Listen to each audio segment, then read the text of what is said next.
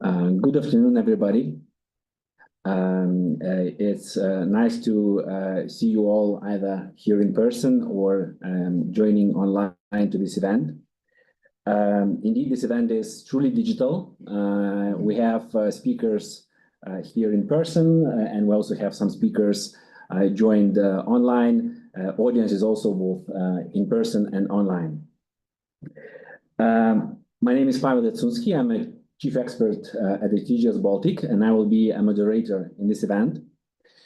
In terms of our agenda, we have several topics. First of all, we will have a keynote speech by Mark Neiffer, who will discuss what aspects of digital markets actually require regulation. So why these markets are so special that they require specific digital regulations. Then we will have a discussion with TGS Baltic Latvian and Estonian offices about risks and opportunities of digital markets regulations for businesses in Lithuania, primarily. And finally, at the very end, after the coffee break, we will have the panel with several panelists from different backgrounds, both from competition authorities, from businesses, and from academics. And we will discuss current framework, current developments within the Baltic states in terms of digital markets regulation, what we already have here, which is mostly EU regulation, and what we may have in the future, which might or might not be national regulations in this field. So this is our agenda. Without further ado, I now move to our first topic, which will be the presentation by the Mark Neiffer. Mark Neiffer is a former United States Department of Justice official. He worked at the Antitrust Division, and he primarily worked with digital markets, so he has a huge experience dealing with that. And currently, he teaches competition law in the university, in the George Mason University. We put Mark's presentation in the beginning because it will outline the broad framework, which shows why digital markets are so special, that they require those additional regulations, because we see the worldwide trend that in many jurisdictions, not only in European Union, but also in United Kingdom, in Australia, and elsewhere, there are new regulations applicable specifically to digital markets. So what's so special about them and why we need all those regulations? And this will be our first presentation by Mark. So Mark, the floor is yours. Greetings, everybody. It's an honor to appear at today's conference, which promises to be a very interesting discussion of digital markets issues in the Baltics. I'd like to thank Pavel for inviting me, and I'd like to thank TGS Baltic for making the arrangements for me to appear virtually. So we're here today to talk about digital markets, competition, and regulation. And to help set the stage for the rest of the conference, I hope to give you a sense of why countries around the world have begun to consider or implement a more regulatory approach to protecting competition in digital markets. I'm going to give you the bottom line up front. First, digital markets move quickly. They have features that may quickly lead to a winner-take-all scenario in which one or a few companies may dominate a digital market. Second, traditional law enforcement moves slowly. It can take time for a competition agency to investigate and take action against anti-competitive behavior by a company, and it typically acts ex post, after there has been harm to competition.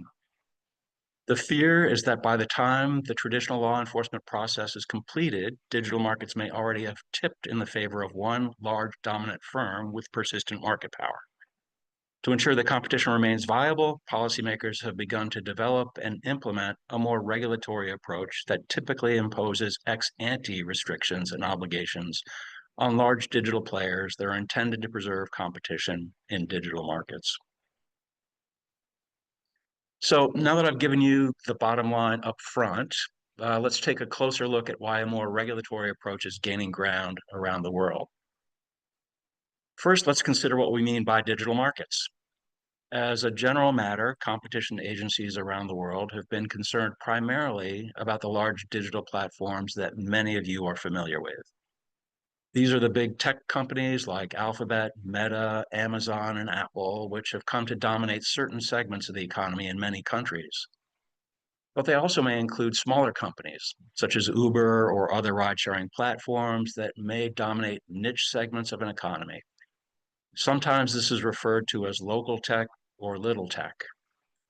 Now, I suspect that many of you have used one or more such platforms during the course of the week, so you probably have a very intuitive sense of how they operate. But I want to get into some of the features of platforms that present special challenges for competition. So first, what are platforms? As a general matter, platforms connect one or more groups of users. Zoom, for example, a video sharing platform, connects all of us for this conference. Another example is a booking platform that connects travelers with airlines. Another example is e-commerce platforms that connect sellers and buyers, and search platforms serve to connect advertisers and potential buyers. I'm sure you're all familiar with these platforms, but I want to point out one sort of way to classify these platforms. And one way to do that is to determine whether or not they serve one or multiple groups of users. So Zoom connects one group of users, people who want to meet with one another. Because it connects the members of a single group, Zoom typically is referred to as a single-sided platform. Another example is a messaging platform that connects individuals who wish to communicate with one another. I would the technical folks load up my slide?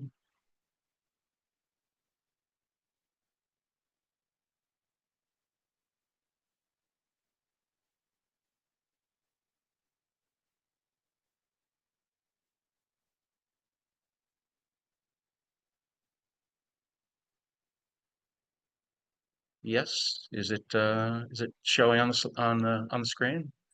Ah, very good, very good. Would you advance to the slide that says single-sided platform example?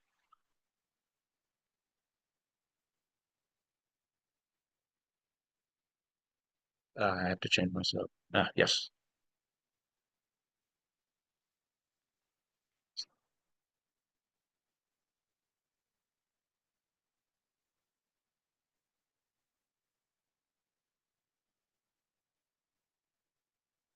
Mark, we can see the slide on single-sided platform example messaging.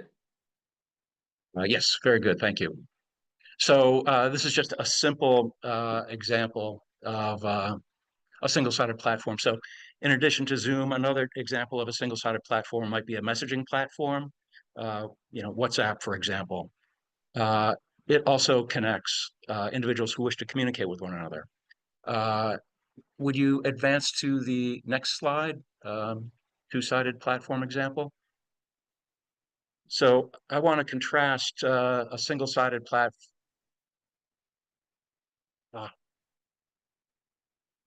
Yes. Uh,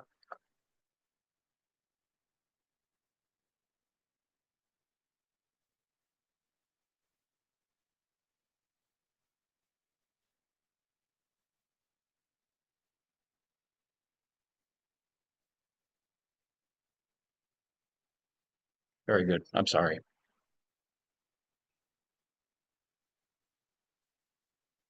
So yes, a ride-sharing platform. So this is a simple schematic diagram of a ride-sharing platform, which connects two groups of users, drivers and riders. Because it connects two distinct groups of users, a ride-sharing platform like Uber typically is referred to as a two-sided platform. Makes perfect sense. Another example of a two-sided platform, as we discussed, might be a booking platform connecting travelers and airlines. Other examples, as I mentioned, include e-commerce platforms connecting buyers and sellers, and media sites, such as online news sources that connect advertisers and potential buyers. Finally,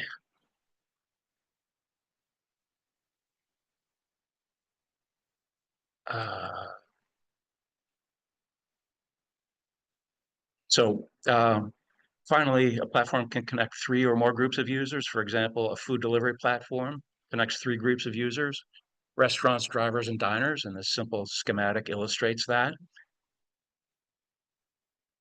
Another example might be a credit card network that connects banks, merchants, and customers.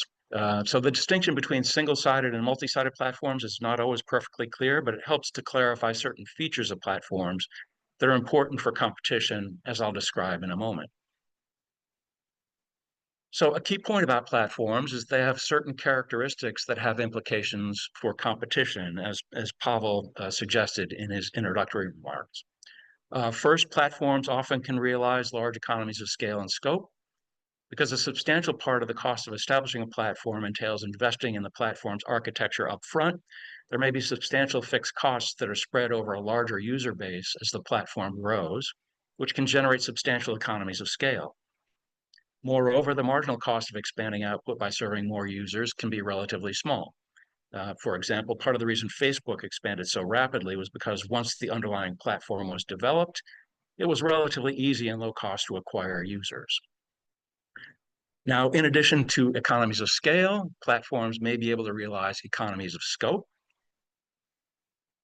An underlying platform can, in some circumstances, be adapted for alternative uses. Thus, there is the opportunity for economies of scope as the platform can be used to develop and offer new services.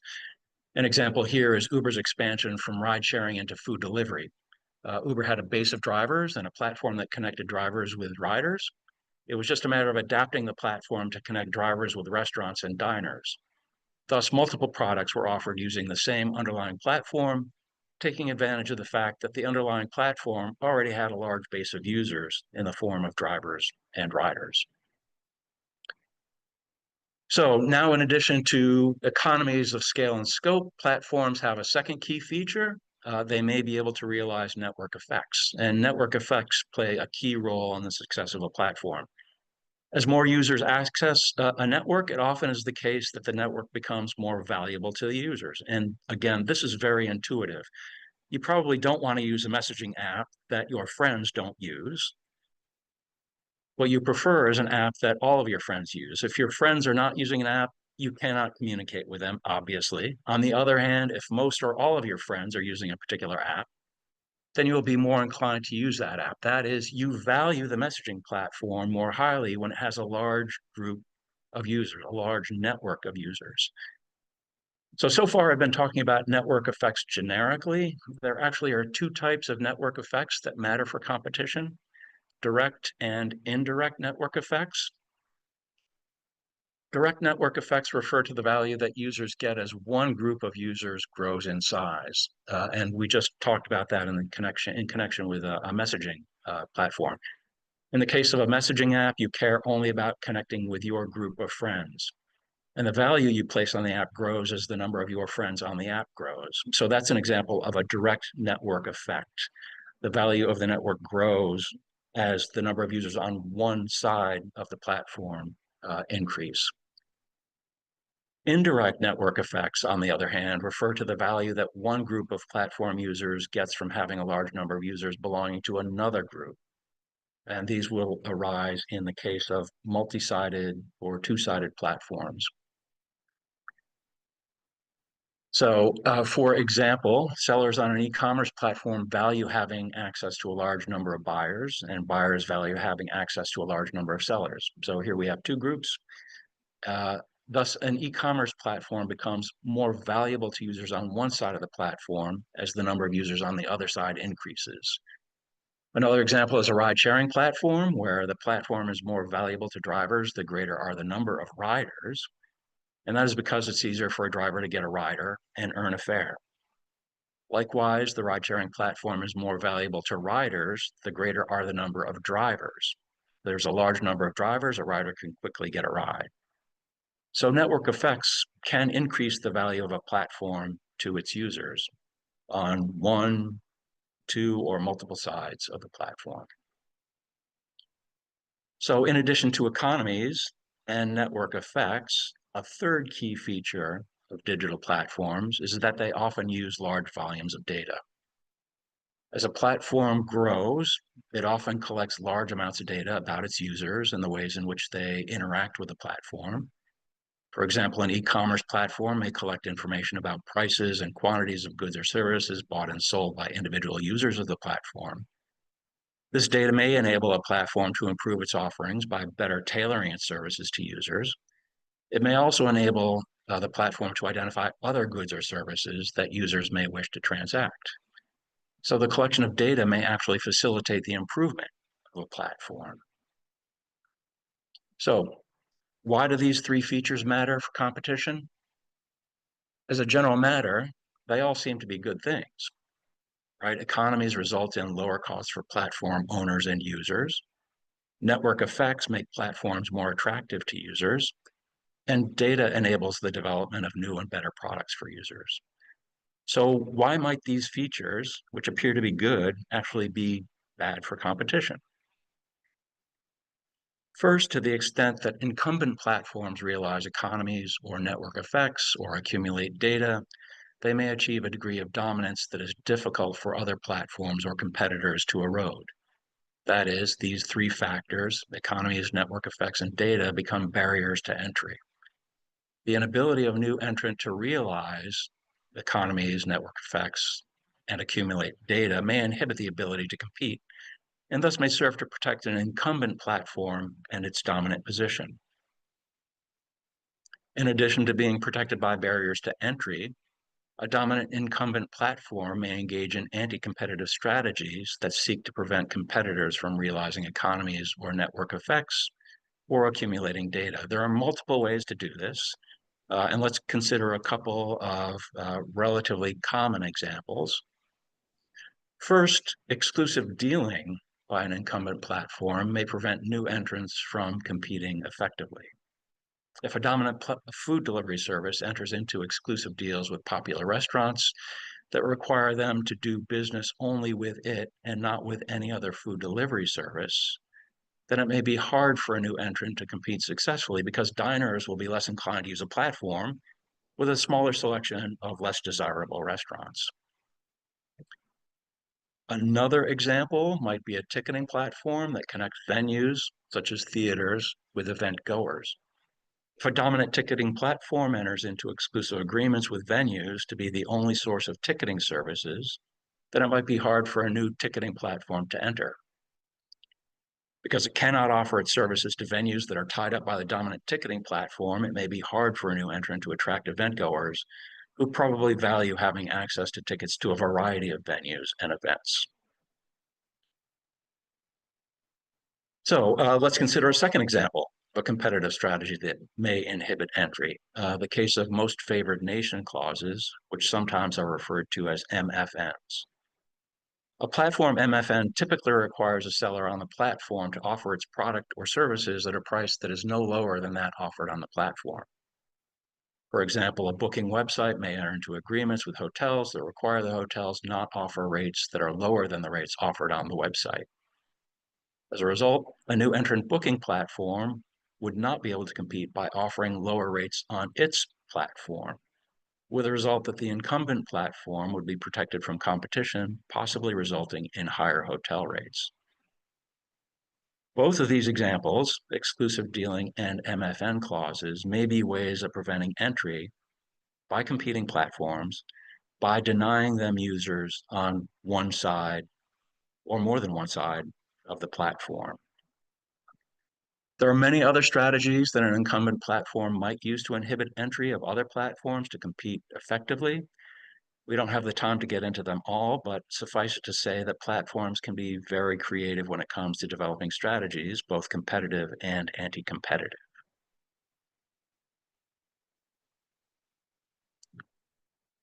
So, why is traditional competition law enforcement not enough? The three key features of platforms, economies, network effects, and data, may lead markets to quickly tip toward a single dominant platform, and that dominance may persist through time because those three factors can become barriers to entry.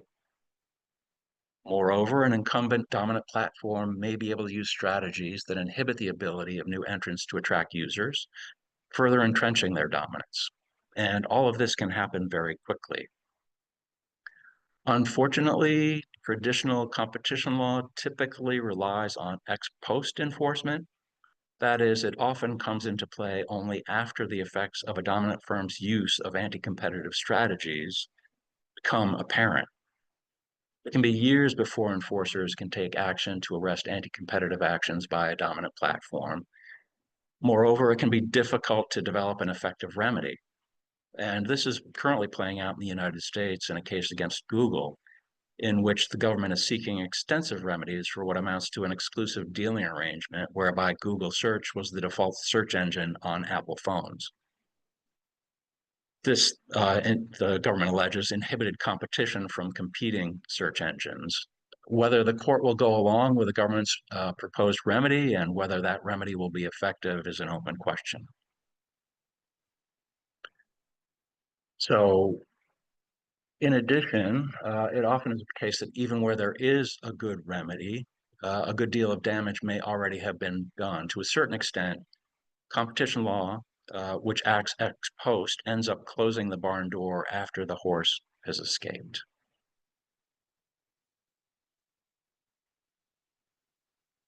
So to bypass the shortcomings of a traditional law enforcement approach, which entails lengthy investigations and administrative or court proceedings, policymakers around the world have begun to adopt a more regulatory approach to dominant digital platforms.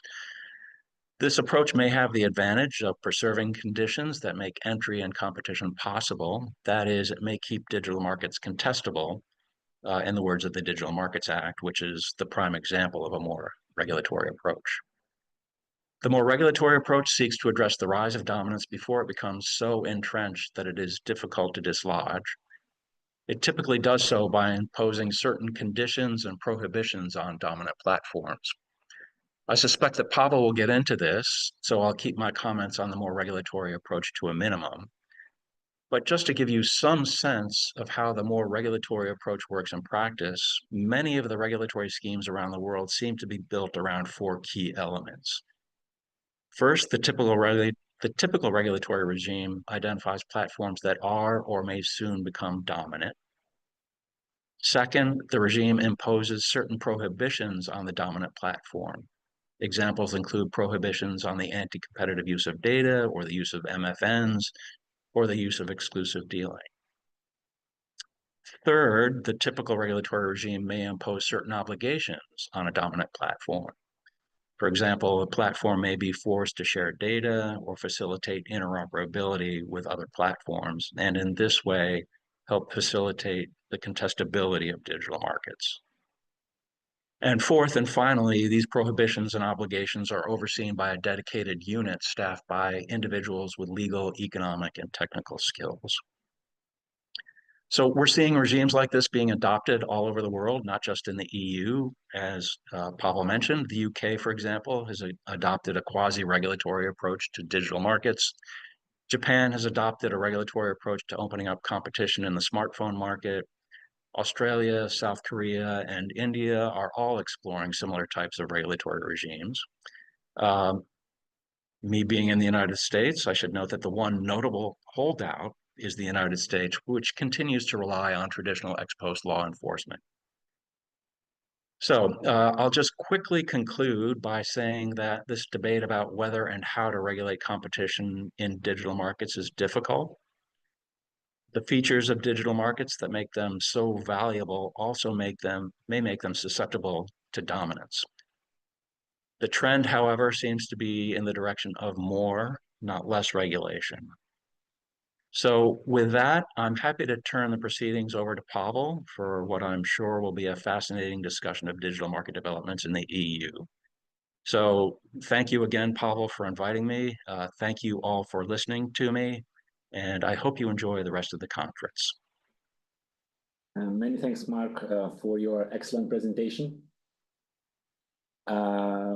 We now have some time for questions, if there are any, either from the audience in person or from those joined online. I will note to those joined online that you can post questions in the chat box, so I will see them later on. At this point, I see no questions. By the way, we have about 70 people, more than 70 people joined online currently. Well, if there are no questions, then I will just briefly comment on what Mark said. So indeed, of those 3 qualities that you mentioned, which are kind of distinguish digital markets from other markets, it's economies, network effects, and data. I would say that the first one, economies, scale or scope, they are relevant for many markets, even in production field, right? When it comes to network effects, it's not so typical. We have, let's say, telephone services or internet connection where network effects are there, but the scope of markets are more narrow. And when it comes to data, basically on digital markets which have this massive operation of data, which is unique to those particular markets. But when you take everything together, this makes these markets so special that the traditional competition law is not a sufficient remedy. And as you mentioned, Mark, economies, countries around the globe are searching for new ways to solve the problems in those markets. So thank you again, Mark, for joining this event, and good luck. Thank you, Pavel. It was my pleasure. After this, Mark's presentation, which touched upon on a more broad perspective of why digital markets are to be regulated in many jurisdictions, I will look upon the EU perspective, what we have currently in the EU.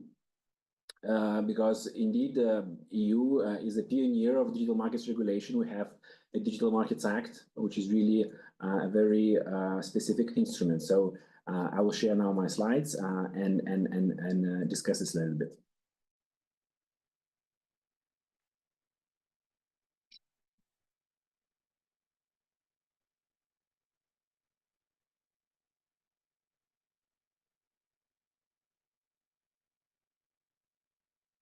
So now the presentation should be visible soon.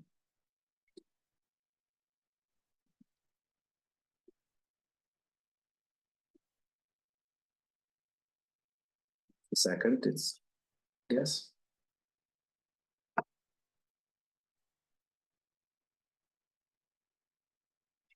Yes, it's now visible.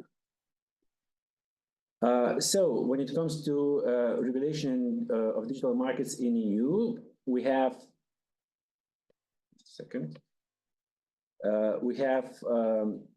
several instruments here, and the most traditional instrument is competition law, which is there for many years in many jurisdictions. In terms of competition law, we have regulation on anti-competitive agreements, abuse of dominance, and mergers, which should be known to many of you. Then we have three additional regulations which relate to market power of digital platforms. The first one is intermediation regulation, which is basically the first step before the Digital Markets Act. It was adopted earlier than the Digital Markets Act, and it deals with economic dependence of certain business users upon platforms, because some business users use platforms for providing their services, for example, marketplaces, app stores, social media services, or online search engines. Many businesses use those platforms to sell their services to the audience. This regulation solves the issues of dependency of those users upon digital platforms. And what's interesting that this regulation has no quantitative thresholds, because it's applicable to any platform falling under the scope of this regulation, which means that we have no gatekeepers, such as in the case of Digital Markets Act, and we also have no thresholds as in Digital Services Act.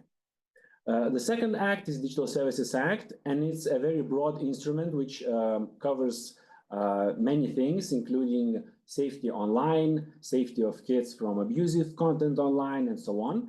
But also it deals with some obligations related to business users of the platforms, also protecting them.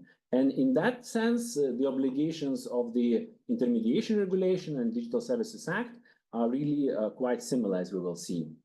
And finally, the most important document for our discussion is Digital Markets Act. So as Mark mentioned in his presentation, this is an ex-ante regulation, which sets a set of do's and don'ts, so obligations and prohibitions on gatekeepers. and gatekeepers must comply with them. It's very easy to investigate those violations of those obligations and prohibitions. And we have already several investigations ongoing by the European Commission, and I think they will be concluded quite soon. So Digital Markets Act is interesting in the sense that it's applicable only to a very narrow set of companies. It's applicable currently to 7 designated gatekeepers. Initially, there were 6 ones, and now we have Booking.com added to that list. We have here Google, Meta, Alphabet, Amazon, and some others. So Digital Markets Act, in a sense, complements competition law because it was considered that competition law is not sufficient to protect those markets from anti-competitive behavior, and therefore European Commission enforces this Digital Markets Act. Digital Markets Act, in essence, seeks to ensure contestability and fairness of digital markets in Europe. It's its main goal. Now, I will briefly go through the main fields that I just outlined, and the first one is competition law. When it comes to anti-competitive agreements, we have here horizontal agreements and vertical agreements. So horizontal agreements are concluded between competitors, and vertical agreements are concluded between certain suppliers and their partners, distributors.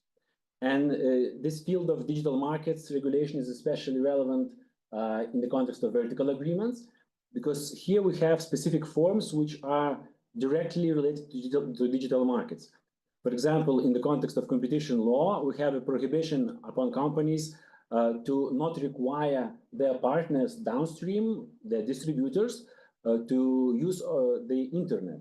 There was a case considered by the Court of Justice, Pierre Fabre case, where indeed a manufacturer of cosmetics allowed to sell the cosmetics only at physical space. So it was not possible to sell the cosmetics online. The Court of Justice concluded that this constituted a violation of competition law. We also have other forms of this type of agreements. There can be restrictions on the use of online marketplaces, and also restrictions on the use of price comparison services, which allow to compare different products. Then another field of competition law is prohibition of abuse of dominance. And here I would like to point out several highlights of enforcement, both in EU and in the Baltic states. Indeed, the European Commission is very active in enforcement competition law against digital companies. Very recent example is a decision against Meta.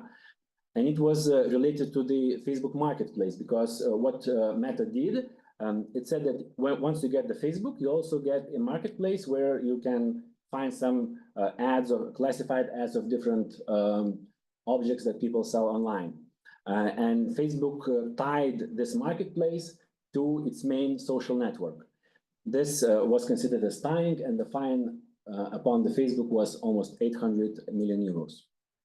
Another case, also recent one, is against Apple, and it's related for anti-steering provisions of Apple, where Apple basically required from all the partners who are, for example, using App Store to not direct customers outside of the platform, outside of the Apple ecosystem. This was considered by the Commission as anti-competitive behavior, because companies could not sell their products elsewhere, not on Apple ecosystem. And fine on Apple was almost 2 billion euros. And last example from the EU is Google Shopping case. We have a Court of Justice decision already in that case. The case is completed, and the Court of Justice confirmed the European Commission's position that Google Shopping abused its dominance by self-preferencing. So self-preferencing was in a form that Google, in the search results, put Google Shopping as a comparison shopping services at the very top of the search results, which meant that consumers first of all see Google's own product and only afterwards see the competing products.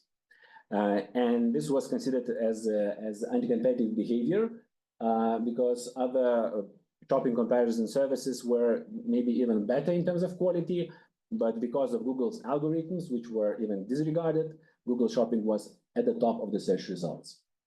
And finally, a couple of words about Baltic experience. So in Lithuania, we have a closed case which did not end up in finding an infringement against the classified ads platform and excessive pricing, where the suspicions were that probably that platform charged too high prices, but eventually the case was closed. And in Estonia, similarly, we also have even two cases, again, about classified ads platforms, and both of them were also closed without finding an infringement. We will have some more information about this later. And mergers as a third field of competition law. So here we also have an active enforcement also in digital markets. In terms of European Commission's enforcement, we have a couple of highlights. So Microsoft LinkedIn case, where the transaction was allowed by European Commission. So these companies joined their efforts. However, they could do so only subject to certain conditions. So Microsoft was required to allow third-party apps to be part of its ecosystem, to be available in Office or in Outlook, also third-party social networks, to be available on Office's ecosystem, and this allowed to open the competition for third-party apps. Another case was a merger between Booking and Extra Valley. It's the very recent merger from 2023. And this second merger was actually blocked. The merger was between two companies offering traveling services, only that Booking offered hotels, while Extra Valley offered flights for the consumers. And the European Commission feared that this merger may result in creating an even stronger player than Booking is currently because it will expand the ecosystem of travel services of Booking to one more segment. And in this way, it may be even more difficult to contest its strong position in that market. So this merger was blocked. And there are a couple of mergers from the Baltic states. So first one is Lithuanian merger against education companies. And here the merger was allowed, but again, subject to certain conditions. So the two companies which were merging, one of them was offering digital educational content, and the other was offering online gradebook where teachers could put their grades. And those two companies merged together to have both products in one hands. And the conditions of the merger was that third parties should have access to both products, both to gradebook and to educational content, to be able to interoperate with these two products, which were really strong players on the market. So again, this merger was allowed, subject to some obligations. And finally, the merger from 2022 between two companies active in ticketing distribution. So here the merger was actually prohibited because those two players who were merging were really largest players in the market, and they were also closest competitors.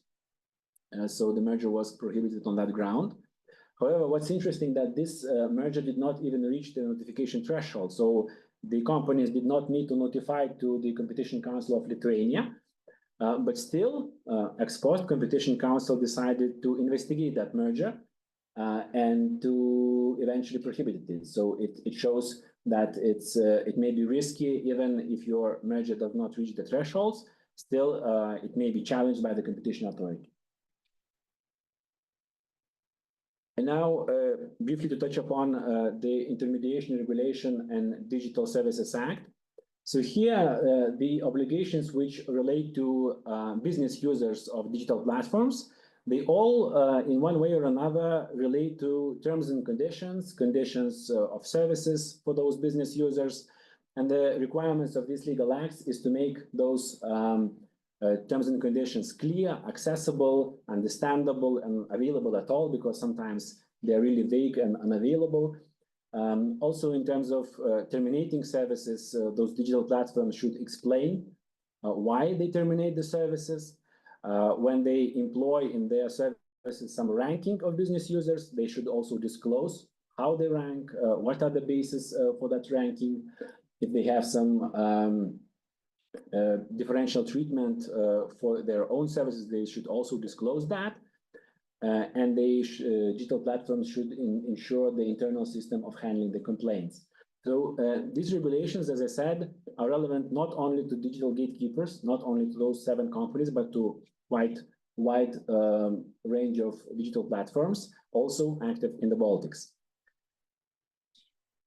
And now we move to the Digital Markets Act, and we already have certain enforcement activities in the field of this act. We have a couple of cases still ongoing, no decisions, but there are press releases of the European Commission.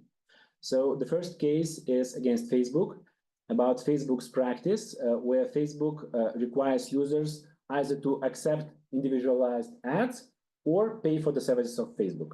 So this was considered as suspicious conduct by the Commission, and an investigation was launched.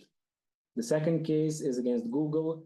Again, we discussed the Google Shopping case, and here again, Google Shopping is being investigated because Google again made preferences to its Google Shopping search engine.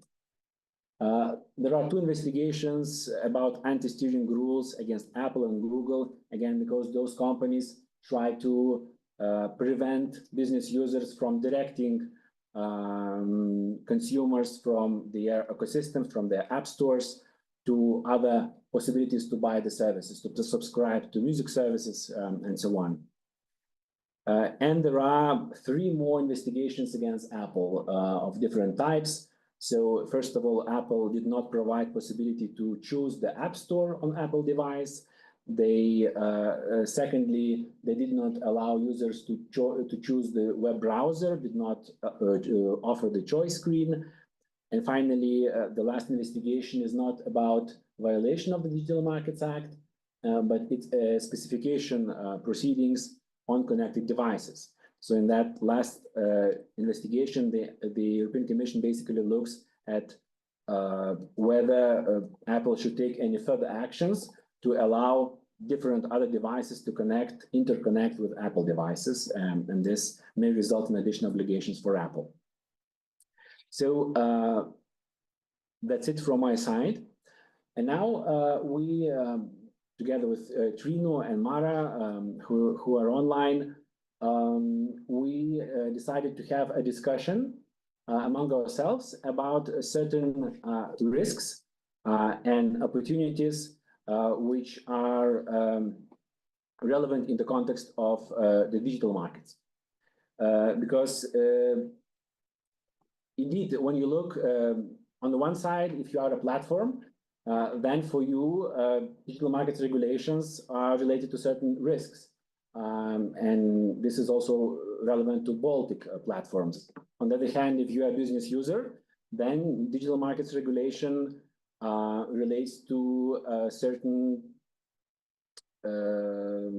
opportunities if you are a business user. So, and we will discuss particularly those issues. But before moving into the discussion on risks and opportunities, I would like to discuss the question: what is real difference between, on the one hand, Digital Markets Act, and on the other hand, the competition law? So, Trino, if you can try to explain from the perspective of the businesses, what's the difference and how to use that difference. Thank you, Pavel, for the introduction. So I'm Trino Järviste, and I head the competition team in TGS Baltic Estonia. And I really like the first question. What's the difference between competition law and Digital Markets Act? Because obviously competition law is something we have had already for years and years. We have a lot of practice. We can say that the practice is developing, but we have a lot of certainty already. What is there, what is not. The DMA is something new. And I remember when the first discussions started to appear that this new kind of tool is coming about. then there was a lot of discussions between competition lawyers and also companies of what is this? Why do we even need this like additional thing to competition law? What does it give that is extra? And this joke kept coming up. So there's this joke in Estonia that who is the worst entrepreneur that you know? It is the state. So it's always a question of does the state the state really know how to regulate these very dynamic markets? Because law oftentimes is stagnatic and the life is very dynamic. So now when we have this extra dynamic field of digital markets, and the state or the European Union comes in and says, okay, now we're going to have this new regulation. Can they really preemptively know how to regulate these markets? So I think what is that the DMA actually gives us extra is that first, it is not reactive, but it's proactive. So the DMA sees the world already before it's kind of happening and defines these companies who are gatekeepers and tries to regulate it already before something bad happens in the market. And I think we can see also from practice that these competition law cases, they take a lot of time. They take years and years and years. And obviously the burden of proof for the competition authorities and for the commission is very high. So they have to prove that a company is actually dominant, firstly. They have to show that there will be some restrictive effects on the market. But for the DMA, it should be easier because once someone is titled as gatekeeper, then we already know what kind of obligations derive from that. So in a sense, it should be easier, it should be quicker, it should not only react to when things have already gone bad, but it should, enforce competition beforehand and trying to kind of stimulate the market. So to answer the question I asked in the beginning that who's the worst entrepreneur, I guess we will see if it will actually work in practice because yes, it should be easy. You're a gatekeeper. What are the obligations? But what is the essence of the obligations? I think this will actually be determined in the years to come because we already know that, some cases have already reached the court system. So there will definitely be disputes about how wide the obligations should be or how to actually give substance to the obligations. So I think it will be very interesting to see if these new regulations will work in practice as well. Now, if you consider some of the obligations, say that a gatekeeper should give access to data or to certain functionalities on frank terms, which is fair, non-discriminatory terms. So when you think what is fair term, exactly, what should be, let's say, what should be the price for certain service, right? If you charge the price for interoperability, so what should be the fair price? And this may be certainly subject to discussion, right? Exactly, and when you look at the services that these companies are providing, they are novel, they are very new. So determine that fair price can be very, very hard.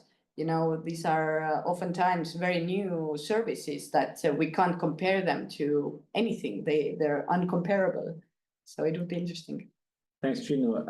And sorry for forgetting to introduce you in the beginning. So now I will introduce Mara, actually. So Mara is the colleague from our Latvian office. She is co-head of competition practice group. So Mara, I have also a question to you, and about different side, which is Digital Services Act and intermediation regulation. So are there any at all similarities with competition law, or there are only differences and nothing unites those two sets of rules? Hi, everyone. Good to see you here today. There are many overlaps, actually, with already what Trinu discussed. This is also, these regulations represent this regulatory approach, this already approach in advance to regulate certain behavior. The main difference between competition rules and this platform to business regulation and Digital Services Act is that already in their essence, it's not derived from competition rules so much. They derive more from consumer protection rules. So this set of rules is also similar to consumer protection rules, and national authorities supervising these rules are consumer protection agencies. So the tradition as such already from the beginning is different from competition rules. So also the investigations and of infringements are different nature. They are more soft compared to competition rules, as we see now in practice that authorities are more investigating what is happening, more providing consultations to businesses. If there are some suspected infringements, there is more consultation than binding infringement decisions adopted. So they are definitely, the tradition is different. Between the Platform to Business Regulation and Digital Services Act, what is the main difference? Maybe also to clarify, the Platform to Business Regulation or Intermediary Service Regulation is the first attempt by EU to regulate this platform to business relationship. So now we have also DMA regulating large gatekeepers, but Platform to Business Regulation was like a first attempt. The fines are not very high there. Compared to competition rules. And according to EU Commission's report in 2023, we see also that the desired goals have not been achieved, that actually the platforms are not very well aware of rules set by this regulation. And this is concern of EU Commission. So there will be in next years a lot of monitoring of the platforms and their compliance with these rules. And if we look at, and this regulation regulates the relationship between the business user of the platform and with this platform, while Digital Services Act is concerned with this downstream relationship between the platform and end user, which is not only the consumer, but also a business user. So for the businesses to know that if you are a user, you are actually in a way now protected similarly as consumers. So this also creates certain opportunities for businesses, what I will be talking about later on. Thanks, Mara, for this observation. So indeed, there is not much done probably in the fields of platform to business regulation. And it's not a surprise. For example, in Lithuania, we have enforcement powers granted to the Lithuanian Competition Authority only since January this year. So not much maybe happened, and not many efforts to spread the education for the platforms that they should be in line with that new set of rules. But in coming years, I guess there will be more activity in that field as well. So thanks, Mara, for this. And now we come to actually the main topic of our discussion after this introductory clarifying about what is where and how to approach it. Now let's talk about risks and opportunities, and I will start with risks. So the question is, why at all Baltic companies should care about digital markets regulation, and what's from them for them in terms of risks from this regulation? So if you could elaborate a little bit on that. Yeah, I think it's a very valid question, because you explained to us that there used to be 6 gatekeepers, now there are 7 gatekeepers who are titulated that way. So if no Baltic companies are titled as gatekeepers, then why are we even discussing this matter, right? if you can also share a couple of slides that we had, because I would like to discuss a couple of cases that we have had in Estonia that I think really put into perspective that, we have to look at this digital market regulation kind of in a wider terms. Yes, we have this DMA, but we still have the classical competition law as well. And so I think in the Baltics, especially, I mean, I can speak about Estonia, we can see that regulating platforms is very topical. So the competition authority is dealing with a lot of cases that relate to platforms, digital space. Yes, competition authority does not have the power to do a fine based on Digital Market Act in Estonia, in Latvia, Lithuania, but this doesn't mean that they cannot make any decisions about digital field. So, for example, this recent year, we have had a couple of very interesting cases about platforms, and I would like to discuss a little bit about those. Sorry, I think, could you please put the slide on the screen for the audience to see? So the first case related to KV.ee and City 24 E as well. As most of you probably know, this is a mediation service of sales advertisements related to real estate. So basically, big real estate companies can advertise the real estate they sell on these sites, as well as physical people can do that as well. And now this case related to supposedly unfairly high prices and also preventing the use of a certain XML format. And now what is interesting is that, first of all, based on this investigation, these platforms removed the restrictions on using these XML formats. So already we can say that, these investigations have had an impact on what is accessible, what is fair, how can we use these platforms as companies. But what is perhaps more interesting is that the Estonian Competition Authority investigated quite thoroughly, I would say, that whether they are dominant and whether they have unfair prices. I will not go into detail about how they did it, but I think what was very interesting was the end resolution. They did not find any infringement, but they said that due to the fact that this company holds a dominant position, the competition authority will monitor with increased attention what is happening on the product market. I think it's really interesting because what is it in essence? Is it essentially a gatekeeper that Estonian Competition Authority has, established? So yes, they don't have the possibility to say, according to Digital Markets Act, that this portal is a gatekeeper, but in essence, they are saying that. So if I would be these platforms, then I would, in my future activities, take this into account that, yes, most probably I am this dominant undertaking who has to apply to certain obligations.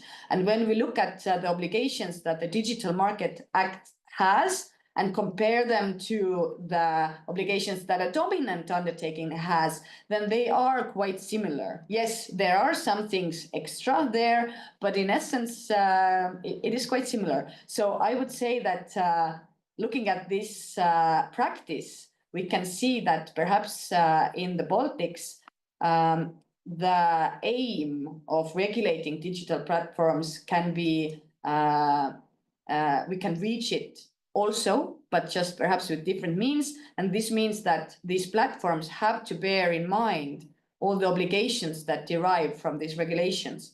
And if you would be so kind to put another slide, so we can see here's another example. It was a decision made on the same day. This is about Auto24, which is a car sales ad. I will not go into too much detail about this because it's a very, very similar case. Also, Competition Authority said this is an indispensable trading partner. it's a dominant undertaking, and said exactly the same thing, that they will monitor with increased attention what is happening on the product market. So again, we can see that kind of they are titulated as a gatekeeper. Just quickly, we can browse through another example. So this is not a case about dominance, but it's about Easy, which is an insurance broker. And this was an anti-competitive agreement case, and it related to a stipulation in the agreement where this insurer undertakes not to offer, in principle, better terms on their own website as they did through Easy. And why I wanted to bring out this case is that even companies we initially might not think are considered kind of as platforms, they in essence might be. So maybe your first initial idea would not be that, okay, an insurance broker is a platform, right? But if we look at this case more deeply, then because this insurance broker unifies like behind it a lot of insurers, then in essence, they are also kind of a gatekeeper, right? So this is just another example, and you can turn the slide again. So here is another example, which is actually exactly the same case that I said about Easy, but about Wolt. And we have already talked about this, that Wolt also a platform. So I guess the conclusion here is that yes, the risks for platforms in the Baltics, maybe they won't derive directly from the DMA, but they will on the same amount most likely derive from regular competition law. Thanks, Trina. So I would add to this that we also have an example from Lithuania, which is quite an old one, about the Aturas case, where indeed we also had a platform where it was difficult to, in the beginning, even to realize that this is a platform, but it was a platform where travel agencies offered their services, and you could buy in one platform from any agency the travel services. But the interesting angle in that case was that not the platform did wrong, but the companies in the platform colluded in offering certain discounts within that platform.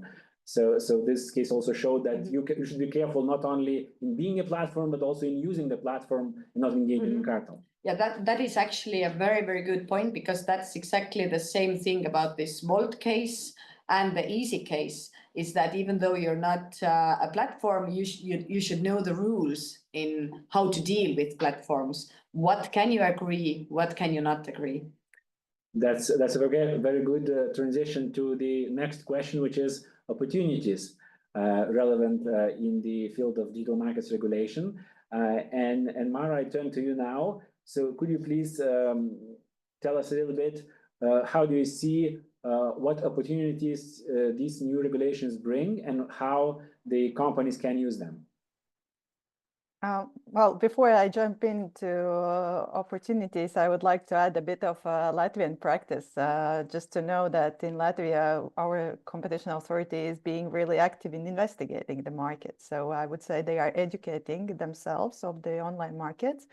And yeah, well, therefore, there are no cases yet, though I wanted to remind in this context about the importance of resale price maintenance cases and potential hub and spoke cartels in online markets, that you have to remind yourselves about these rules. As recently, we also had a case involving online pricing, which was a resale price maintenance case. And in online markets, you can identify those resale price maintenance issues very quickly if more sophisticated and dynamic algorithms are not applied. So this is something to keep in mind. And that platform can also serve as a hub in a so-called hub and spoke cartel, exchanging certain commercially sensitive information. So that remains important in Latvia. And now I move to opportunities following from specific digital markets regulations we have now. So as a main thing to keep in mind if we talk about those 4 sets of rules is that all the market participants, either being users of online services or being a platform or intermediary service, should be very well aware of the rights and obligations of these sets of rules and do their own audit. This is what we would recommend for anyone from the 2 perspectives, not only from this risk perspective, but even more important from opportunities perspective. As for example, Digital Markets Act essentially is aimed at providing competitive advantage to small and medium-sized enterprises in the EU against those large global gatekeepers. So this is the central aim of the Digital Markets Act, to provide set of rules that is actually opportunity creation for EU companies. And I would say the main role there is a set of rules, but essentially the most important ones are related to data portability and access to data.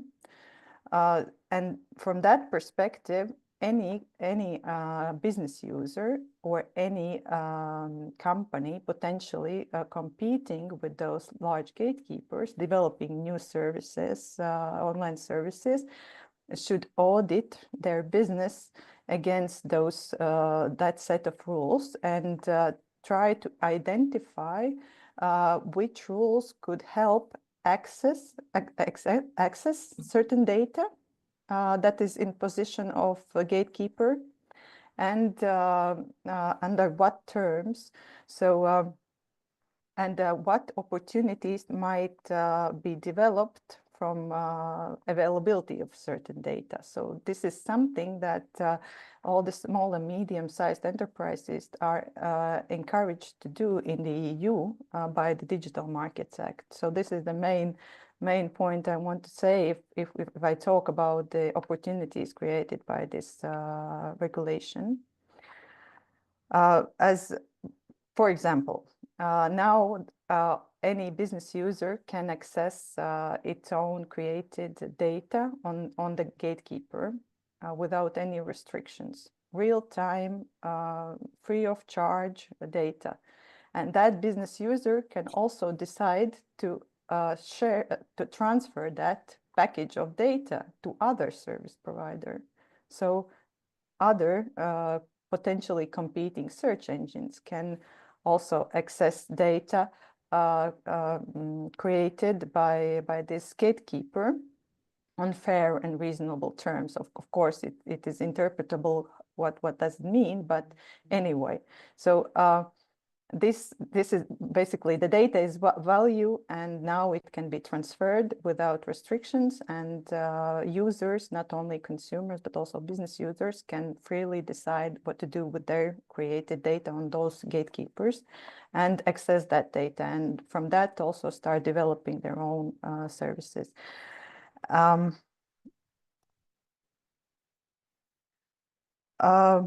How you can address any grievances from stemming from infringements of the set of regulations. So what you can do is to claim to EU Commission. This is your opportunity now to claim to EU Commission about infringement of your rights following from Digital Markets Act. You can also go to national authorities and claim infringement of your rights. If we compare the set of national rules now in Latvia, competition authority has the right to investigate potential infringement of Digital Market Act by its own, but it cannot adopt this infringement decision. While in Estonia and Lithuania, the authority would just collect information and send to EU Commission. So that's the difference. In Latvia, competition authority may investigate its own. Also, you can file a damages claim in case if there is infringement of the rights. There may be challenges to calculate loss of opportunity or loss of profit in the case where those rights have been infringed. As also it is the case of infringements of the abuse of dominant position. But already for a long time, there are many economical methods, including economical presumption of harm, that can be used in those cases. So don't be afraid of not being able to straight away calculate your damages. It is possible to do it by using different type of economic methods. Well, I think it's basically the most important, what I would say, from the perspective of opportunities from these regulations. Thanks a lot, Mara. So indeed, I maybe will just emphasize that probably the crucial part here is awareness of businesses about their rights and their possibilities, because in most of the cases, businesses, they care about not to infringe the law, but not in looking what they can take from the law, take some opportunities based on Digital Markets Act. And this is indeed the task of this event, to spread a little bit the word about these opportunities coming from Digital Markets Act, where businesses can rely on that and use it for their benefit. So now, to wrap up this discussion and moving to the coffee break, I would say that indeed, if you are a platform, then as Trino explained, then traditional competition law is the main point of reference. Then you should be aware of abuse of dominance restrictions. You should respect merger investigations. You should know that in certain Baltic countries, mergers can be investigated even below notification thresholds, and so on. While if you are a business user or smaller undertaking, then mostly those digital regulations are relevant for you as opportunities, just as Mara very clearly explained. So now I propose to make a 10 minutes break till 3:50 in Lithuanian time. So let's have 10 minutes. Thank you.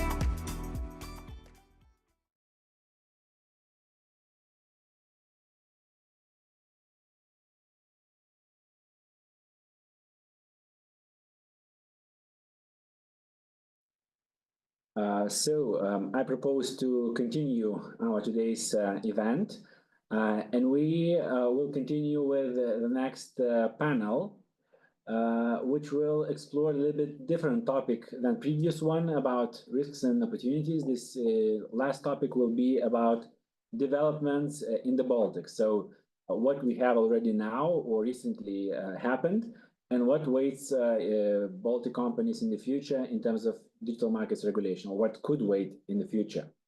So it's especially valuable that we have speakers with different backgrounds. We have Ms. Birgitta Otz, she representing academic sphere. She is a lecturer for competition law and market regulation in the University of Tartu. We have from the enforcement side, Irma Urmanaitė, who is the deputy chairwoman at the Lithuanian Competition Council, and also we have Eliza Rošova, who is the chief expert at the Latvian Competition Authority. And finally, we also have a business representative, Virgilijus Dirma, who is a deputy director at the Lithuanian Digitech Association Infobalt, and he's also vice chair of Consumer Policy Working Group at the EU Association Digital Europe. So I see that all the panelists are online or here in the room. So I think we can start our discussion now. Let's start by a very general question about the pros and cons of the digital markets regulation. If you think, for example, of Digital Markets Act, what it does, among other things, it imposes certain obligations on gatekeepers, which may result in even changing the design of the product, that gatekeepers should adapt their products to European markets. And of course, this may result, for example, in additional costs. And then if we think about those additional costs, we can compare those costs with potential benefits, because arguably digital regulations also are supposed to bring some benefits in terms of higher contestability of digital markets, in terms of more competition in digital field. So when we compare those pros and cons of digital markets regulation, what's the outcome in that field? And this is the first thing I wanted to discuss. And I will start from the person directly in front of me, from Irma. So Irma, what's your view on that particular thing of pros and cons of digital markets regulation? And also maybe we can explore from the enforcer's point of view, how you view it as the enforcer also of the competition law. Thank you, Pavel, for the question, and good afternoon, everyone. Indeed, I'm representing neither the business side nor consumer side. I'm coming from the Lithuanian Competition Council, the enforcement authority. And it was mentioned already a few times, but I think it's very important to keep in mind the context in which the regulation took place. In digital markets, all the discussion on regulation and even the rules themselves were not adopted until very specific circumstances required to do that. So as it was mentioned already, we've seen the emergence of very concentrated digital markets with very specific features. And in this context, the existing traditional tools, such as enforcement of competition rules, were not that effective anymore. So let's say abuse of dominance investigations, which technically might take years to complete because they're very complex legal and economic investigations. So once the authority takes a decision, then we need a number of years to litigate before the courts. And the process requires quite significant resources on both sides, on businesses and on enforcement side. And then once the court takes the decision, then the real situation, which is at the end of investigation, can be dramatically different from the one that was at the very beginning. So I think it was clear that traditional tools were not that responsive to the market realities. We need to act quicker. We need more targeted approach. We need something more ex ante. And that's why regulation took place. So regulation is not a goal in itself. right? With all these measures that were very well explained before, we are seeking to keep the markets open and contestable. We want to see more market entry, which would boost competition. And in the markets where competition is effective, ultimately, consumers should benefit. They should benefit from lower prices, better choice of products, better quality innovation. So while I appreciate there can be some compliance costs involved, but ultimately, these long-term benefits for consumers should also be significant. But having said that, I also I think it's very crucial to strike the right balance between regulation and burden on businesses. So that's why regulation should be evidence-based, based on the experience, and probably as clear as possible. I think from the competition authority side as well, if we see that there is some guidance needed on some specific aspects of the law, we are ready to provide some guidelines or some explanations, so it would be easier to comply with the requirements. Yes, thanks, Irma. Indeed, that's perfect perspective from the point of view of defender of competition, which is of course also important part, but we will also see later maybe something somewhat different approach. But now just continuing in the same vein. So I would like to ask Eliza, also from the enforcement point of view, how it seems to you, indeed, whether in terms of digital markets regulation we have here more risks in terms of final effect, in terms of costs for the companies, or we have winning in terms of consumer gain. So how do you see this particular problem? Yes, thank you. Good afternoon, everyone. So regarding this question, I would definitely agree with Irma. I think the DMA focuses on the largest market players, and it tackles long-standing challenges in the digital sector. As we know, it is built on the real competition cases, so the DMA is, in my opinion, well designed to create a fair market for businesses and therefore also improve consumer welfare. So, example, if we look at Latvia, where small and medium-sized enterprises make up a very large part of our economy, DMA will create a more open and competitive environment for them, as well as open the doors for new players, hopefully, to enter the market. To give maybe a concrete example, companies will gain access to new app stores, hopefully, and it will allow them to access more consumers. And on the other side of the coin, consumers should benefit from the access to new app stores, benefiting from more choice and cheaper products. So the DMA, of course, is also a part of a larger package of digital laws that are aimed at improving, among other things, competition.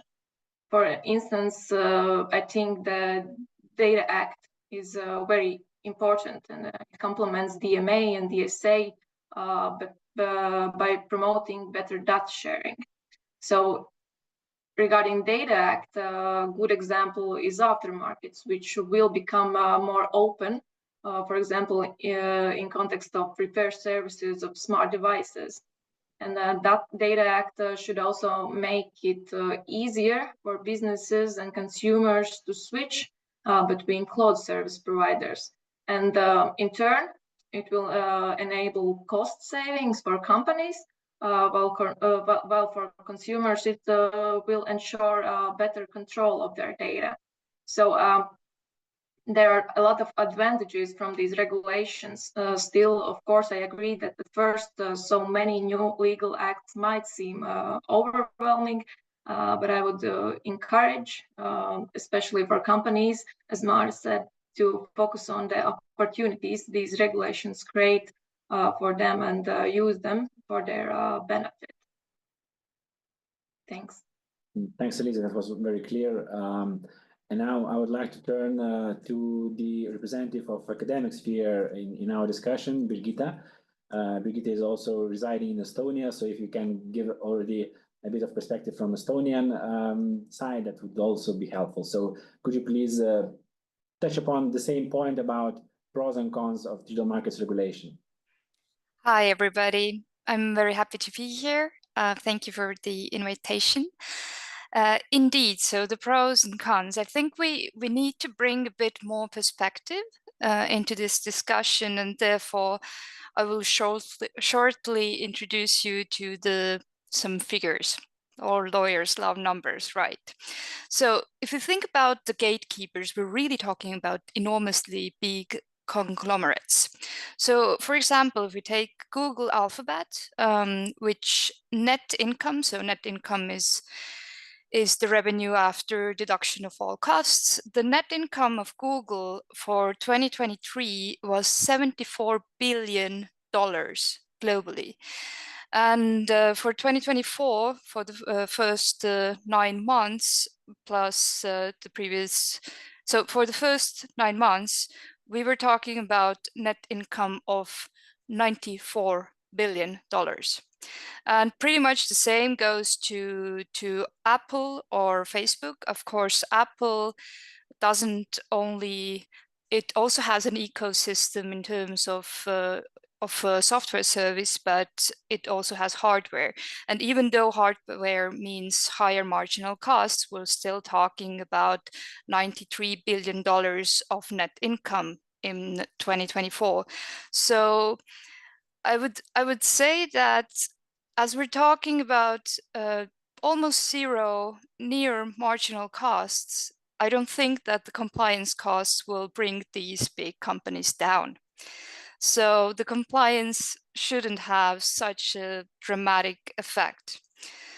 Broader, I would ask the question, if we think about the recent events, if we think about American election, Elon Musk, not only America, but also Elon Musk using X as a platform to have some influence in the European elections, in the upcoming German elections, for example, then I think the question of Digital Market Act is not only about competition and efficient markets, it's also about democracy and data.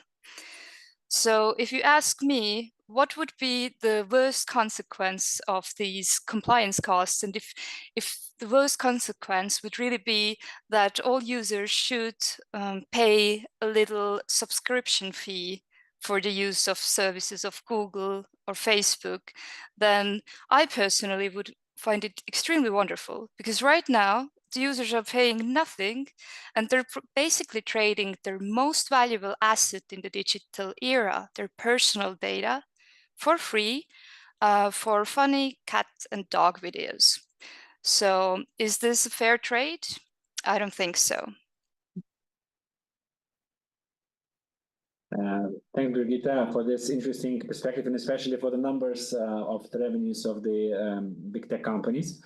Now I will pose the question to Virgilius. Virgiliu, do you really agree with Birgitta that the cost of compliance will not harm those big tech companies, and they so do you see any risk in that sense from the rules being applicable to those companies which are, in case of the DMA, mostly American? We only have ByteDance, which is a Chinese company, but all the others are American. So do you see, from your perspective as a business person? Good afternoon, and thank you, Pavel, for the invitation. It's nice to be in this panel. Of course, probably do not need to explain that if the big companies reduce their presence in our country, it's not only that we lose innovation and prices go up, but also it should be noted that this also affects our security, not just democracy, but and let's also think about our geopolitical challenges of today, what happened with our neighbors, and moreover, there is no such thing as a free place.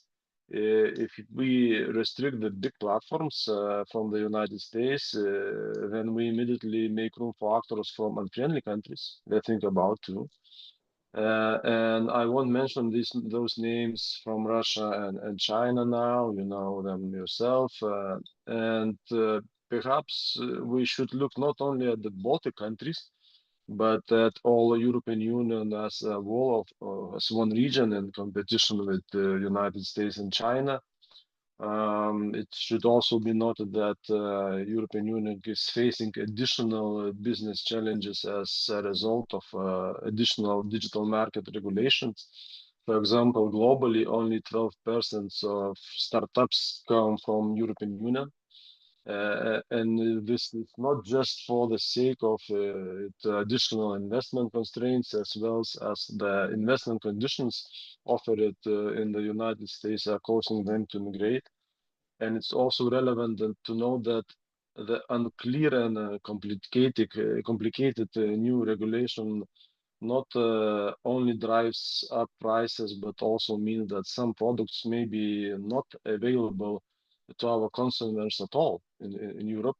For example, Meta has been thinking for a long time about whether to launch Threads, the new social networking site in Europe, and Apple still does not offer some services in our country. And of course, it's very illustrative saying about regulation in general, that the United States has the best creators and developers. China has the best producers, copycats, and the European Union has the best regulators. And if we will regulate too strong, soon will be nothing left to regulate. And I think that it's an accurate and insightful observation. Thank you very much. Thank you, Virgilius. So indeed, we have these two opposite positions. One is that benefits are more important in terms of opening for competition, opening for consumers. But we should have in mind what Virgilius said, that certain companies may consider whether to continue their presence in the EU or, for example, in Baltic countries. Let's say I've mentioned that case about Google Shopping in my presentation, but Google Shopping is actually not available in Lithuania for sure, and probably in other Baltic countries as a service at all. While it's available, let's say in France, Germany, and other large economies. So we may think that if this regulation increases and continues, and also if we have something more in the Baltic region, additionally on top of everything, then this probably may mean that certain companies would think twice before entering our markets. And this is one thing to consider in that regard. And this allows me to transit to the next question, which will be posed both to Irma and to Eliza, and it's about the current ongoing investigation by Organization of Economic Cooperation and Development. And this, as I understand, this investigation, this review, aims at seeing, among other things, whether we need a certain new approaches in the Baltic states, especially in Latvia and Lithuania, when it comes to digital markets regulation. So I would first ask Eliza about, of course, this investigation is at very preliminary stage, as I know, but still, when you start something, you do it with the end in mind. So what's your end in mind as an enforcer, Eliza? How do you see what can they bring to Lithuanian and Latvian businesses, this new review of the OECD? Yes, so to give a bit of our background on this project, so it is easier to understand its purpose and scope and what to expect.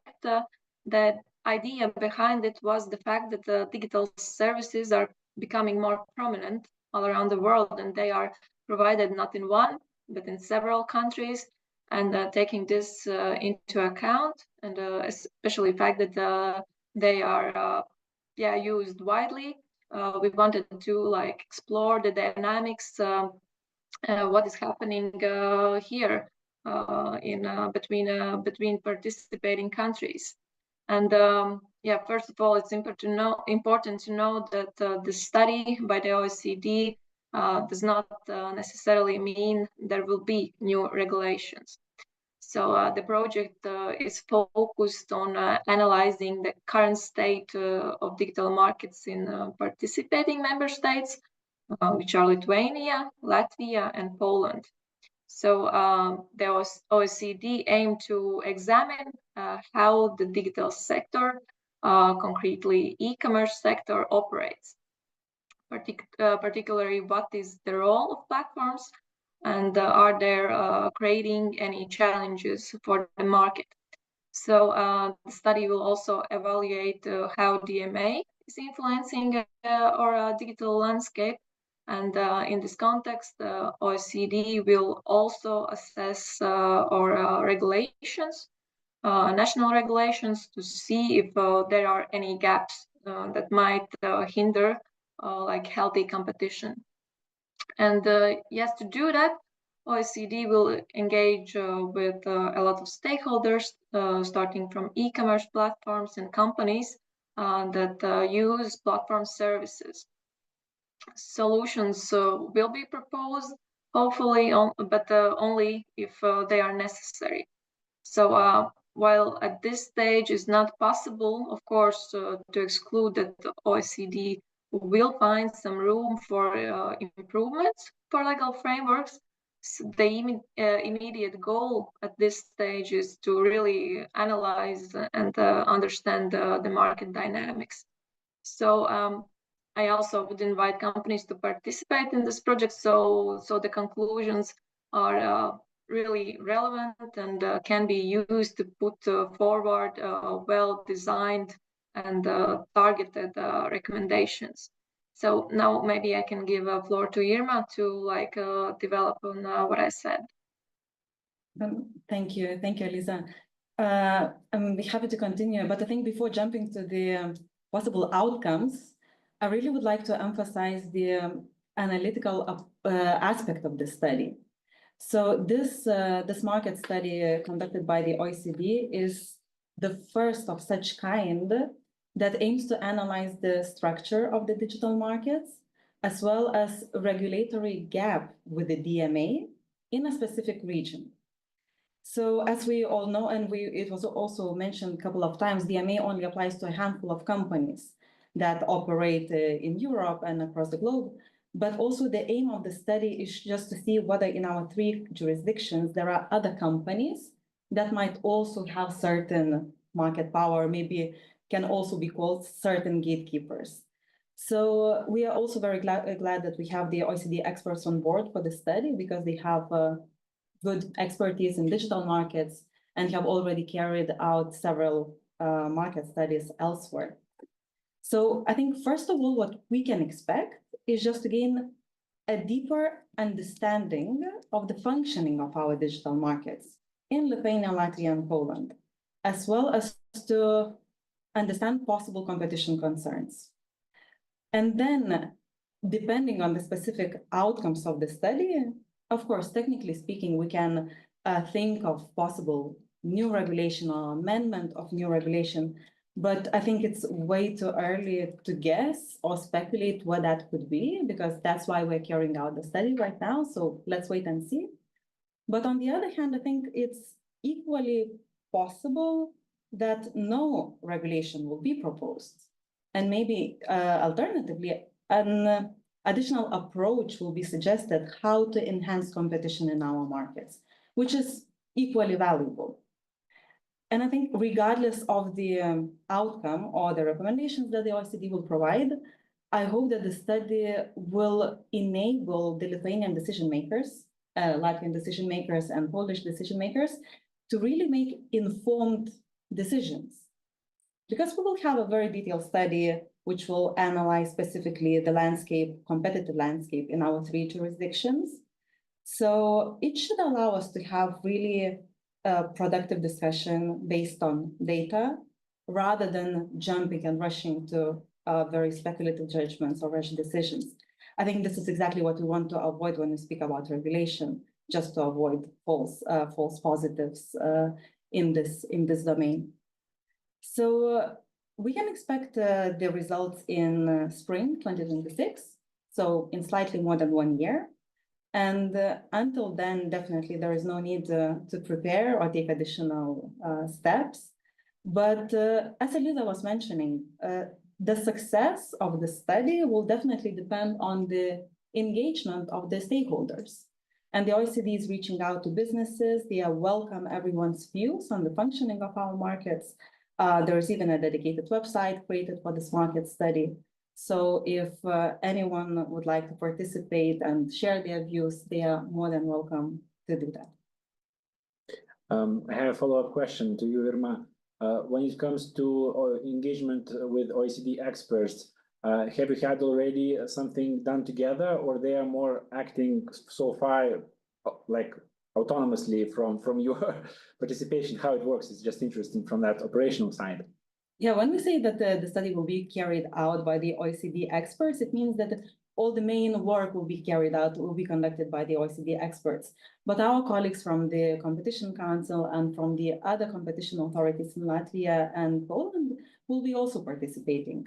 So we are there, we are ready to facilitate the exchange if needed. And we already had a few meetings with the OECD experts just to discuss what the initial steps could be, and just to really make sure that the process is going smoothly. So it's a joint project where also both OECD experts and the experts from the competition authorities are involved. Thanks, Irma, for that. I think the message from these two comments from Irma and Elisa is that if you listeners of this event see any relevance of this investigation in your business, in your activities, then it's worthwhile to participate and either support those steps if you see the value in them, or saying that, sorry, it seems maybe not a good idea to pursue very strict approach or something like that. So it depends on your particular situation and your particular business position. So this is an invitation for all the participants. And now Virgilius, as a business representative, is already here with us in this discussion. I would like to ask you, Virgilio, could you please comment on this particular investigation? So what's your view on that? What's your suggestions to those conducting the study? What should be taken into account maybe in trying to find a way in dealing with digital markets in the Baltics?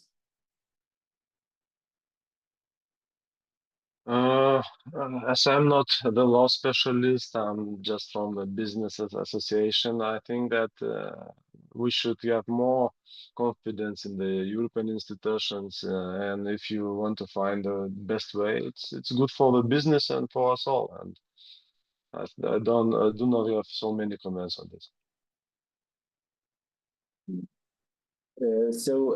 Indeed, maybe when you say about EU approach, it's basically what maybe result which would be unfavorable is to have a fragmented regulatory frameworks across the EU. We already have something in Germany, we have something in the United Kingdom, and if we have something else here in Baltics and Poland, and something else in Italy, and so on, and in every set of rule is different, then for businesses, especially those who are not only local but acting globally or in the whole Europe, for them it may be a struggle to know and understand all the regulations in all the regions. So this is maybe important thing, and this is also an idea why the Digital Markets Act was adopted, to harmonize those rules, to have the single set of rules to all the Europe. So then afterwards followed some other spin-offs and ideas like inspired by Digital Markets Act. But we will see if this results in anything. As you said, it's just an exploration, investigation. Maybe it will end up in just saying that, well, we're fine with what we have, and we have really good competition law tools which still work and may be used. So it's really a very good point. Sorry, Pavel. Yes, go ahead. When we're talking about fragmentation and overlap, but despite these benefits, the proliferation of regulatory measures presents significant challenges, and as was highlighted before, fragmented national interpretation of European Union laws such as the GDPR and the Data Act, increasing compliance cost and create barriers to scaling across the borders. You know that GDPR in Lithuania and GDPR in Germany is different things.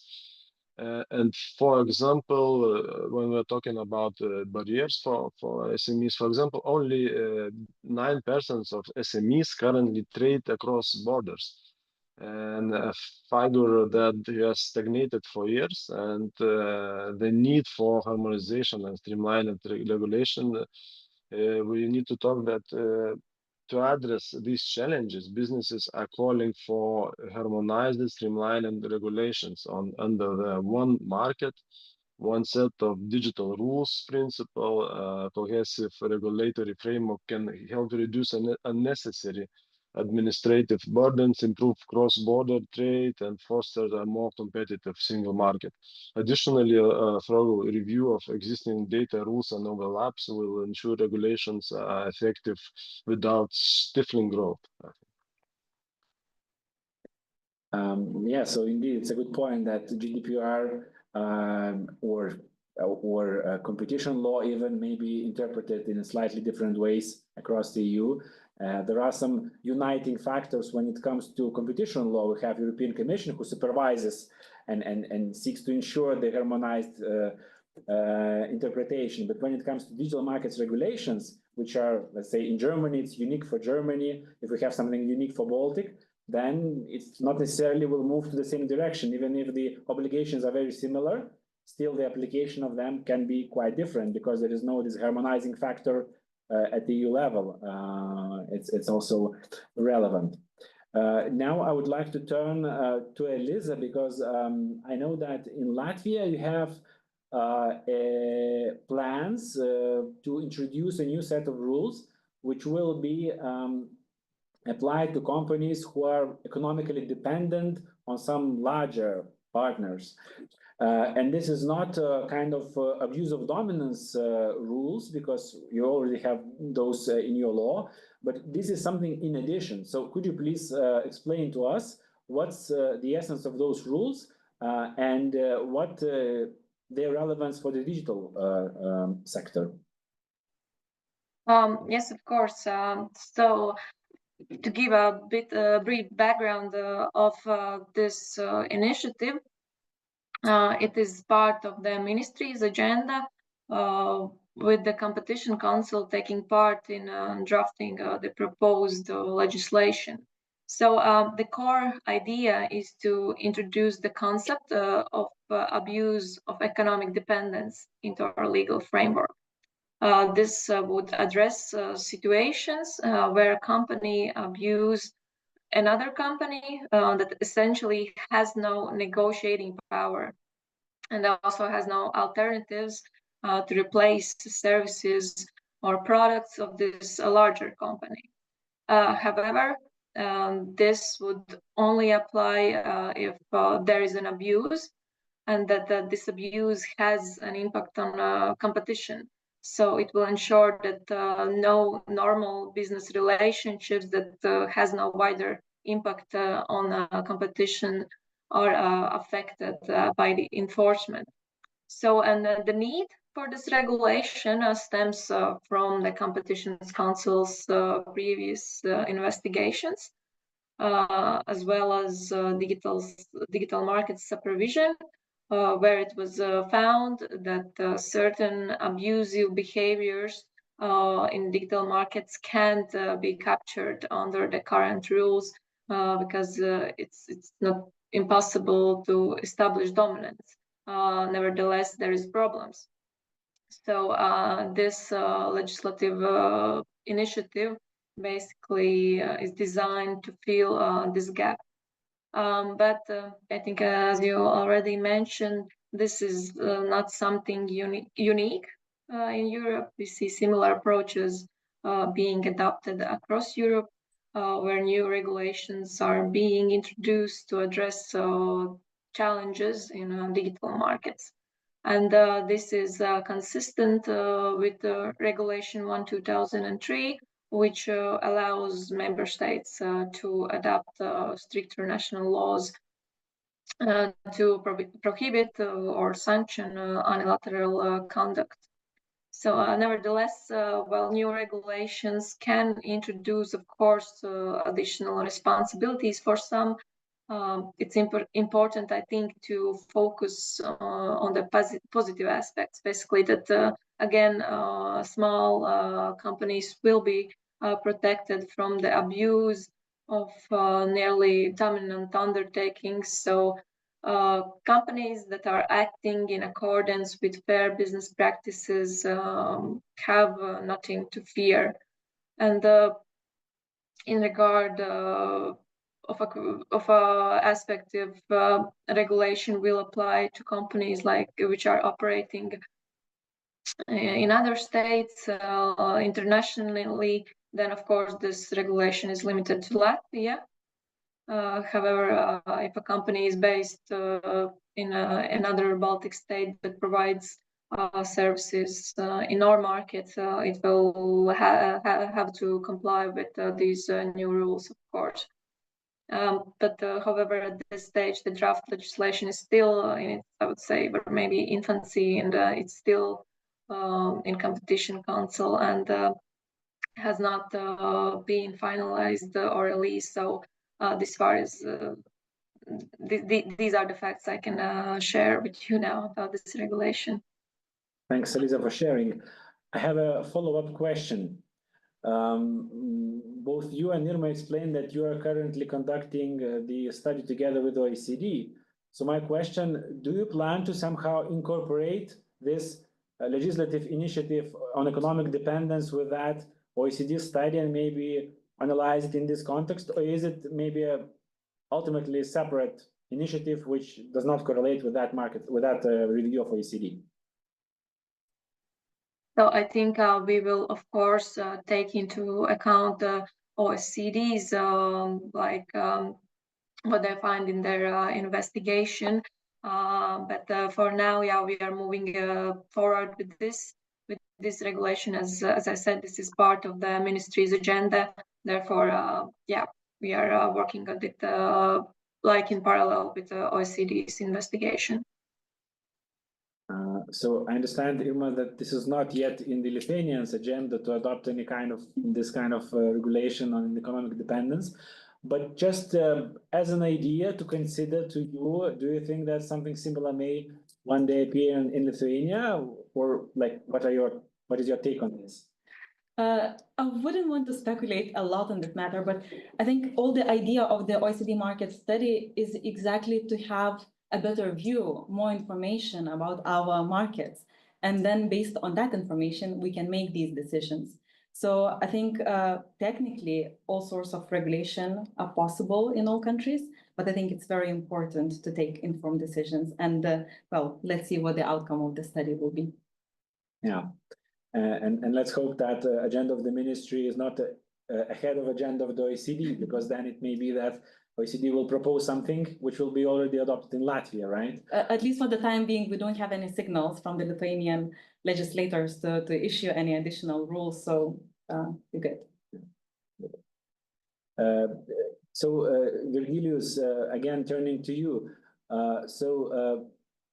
But we heard from Elisa that a certain new regulation of economic dependence is considered in Latvia. It's being prepared, certain drafts. So do you think that this may pose some risks to companies who operate across the EU, including Latvia?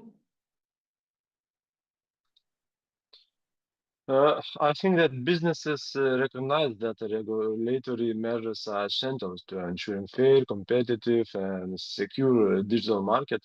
And regulations such as DMA, GDPR, and AI Act aim to protect consumers, foster innovation, and addresses risks related to privacy and cybersecurity. From a business perspective, these rules provide much needed clarity and set a framework for healthy competition. I think that in all our Baltic countries, we can talk about this, and there is opportunities for through smart regulation, and it approaches such a compulsory regulatory sandboxing highly welcomed by businesses. These sandboxes allow companies to test new technologies and business models before regulations came into the force. And moreover, aligning digital regulation with key initiatives like Digital Decade and Green Deal can drive the twin transition. And we can talk about about the countries with these new instruments, I think.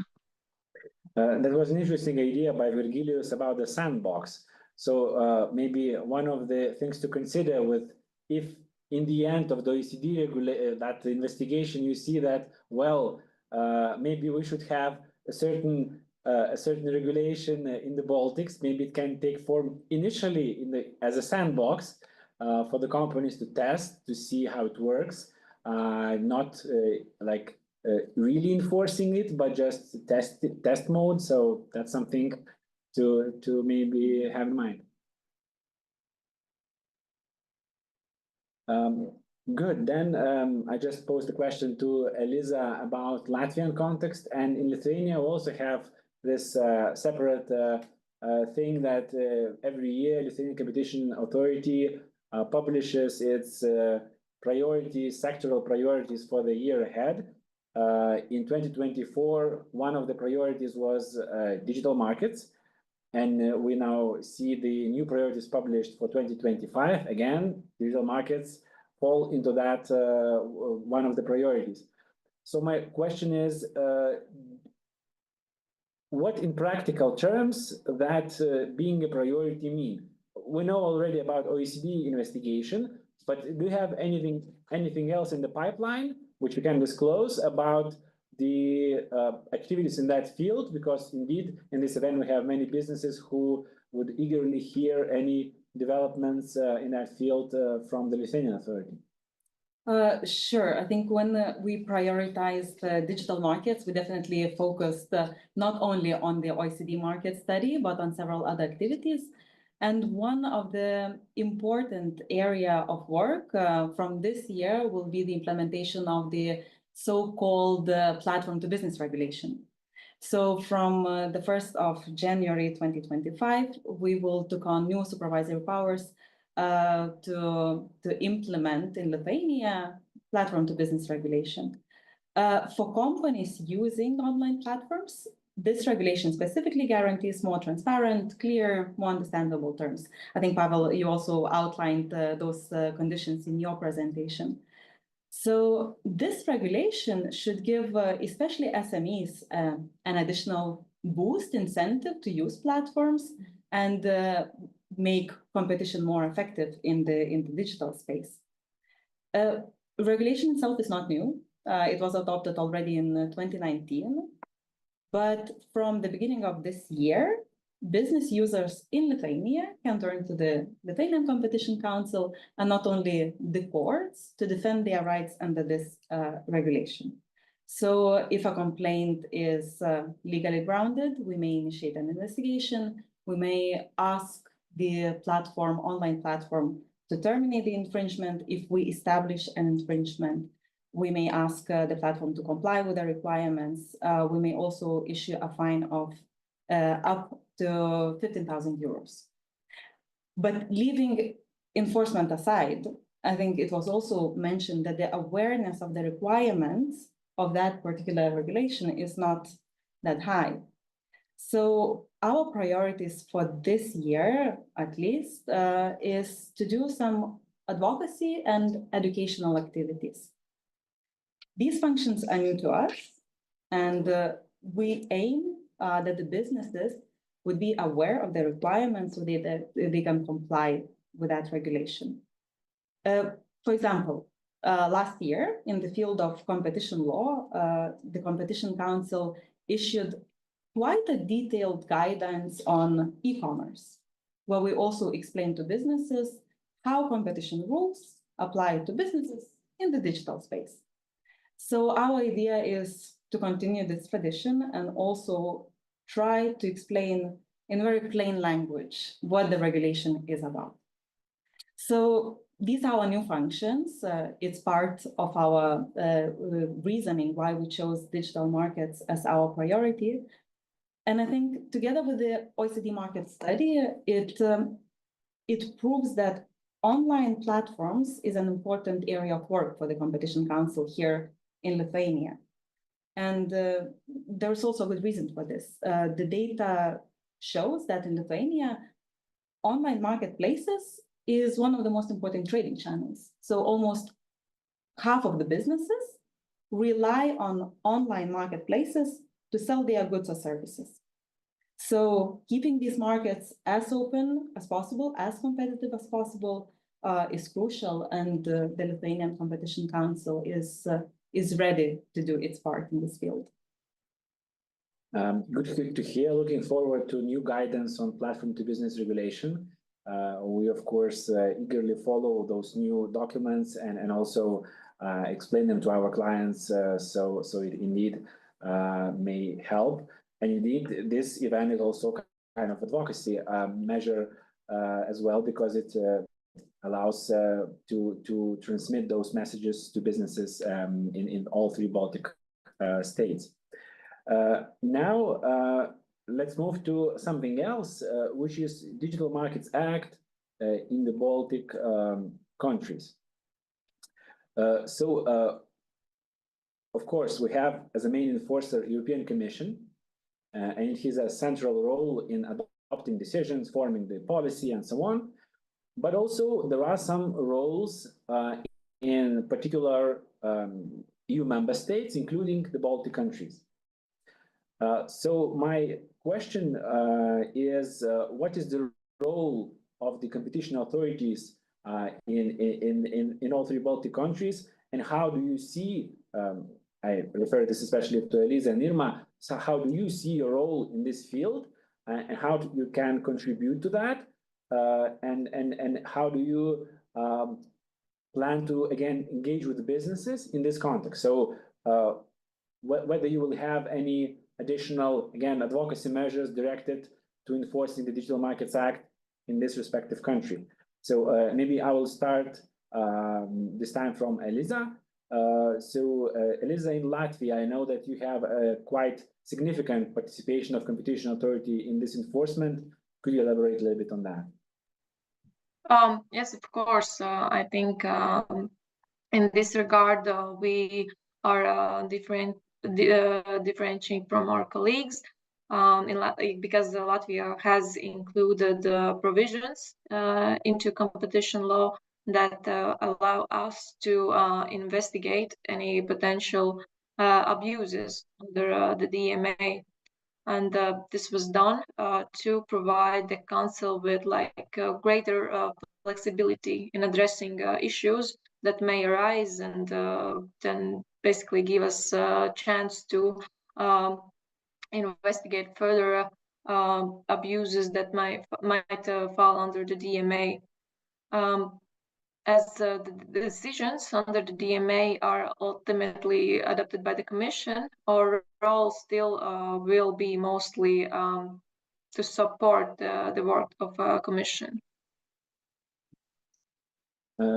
Thanks, Eliza. Now, I would like to turn to Birgitta and about Estonian framework. So how it works in Estonia in terms of enforcement of Digital Markets Act. What is the role of competition authority there?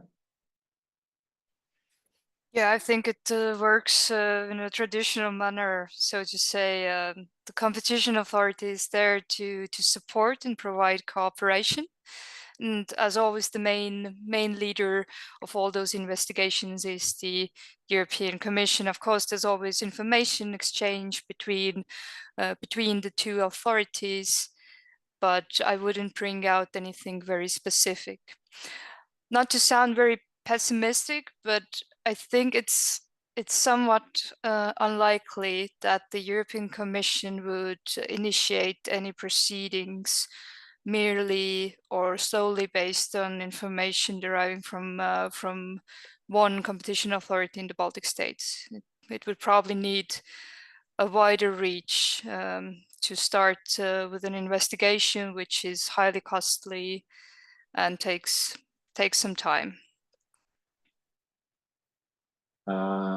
But of course, indeed, I think that possibility to enforce the Digital Markets Act at a national level is dedicated to investigating maybe those smaller violations where the Commission maybe would not direct its resources to that, but then Competition Authority can do the most of the work, and then just European Commission adopts a decision. So it framework helps to also address those smaller problems. So I now turn to Irma. How do you see that? So what's the status in Lithuania, and what maybe there are any plans to increase the role? I think from the Lithuanian perspective, I wouldn't have much to add to what Brigita already said. The sole enforcer of the DMA is the European Commission, and the Lithuanian Competition Authority does not have additional powers to enforce the DMA nor to conduct investigations. But since we are running out of time almost, I think I would take this opportunity just to mention yet another thing. Yes, we're speaking about the enforcement of the DMA, of different regulations, about the possibility of the Competition Council to promote enforcement of these and compliance with these requirements. But I think what is market reality, at least what we see in Lithuania, is that it's also very important to remember some very basic requirements of the competition law. So, for example, in the last 2 years, the Competition Council here in Lithuania issued 3 decisions regarding resale price maintenance in the digital markets.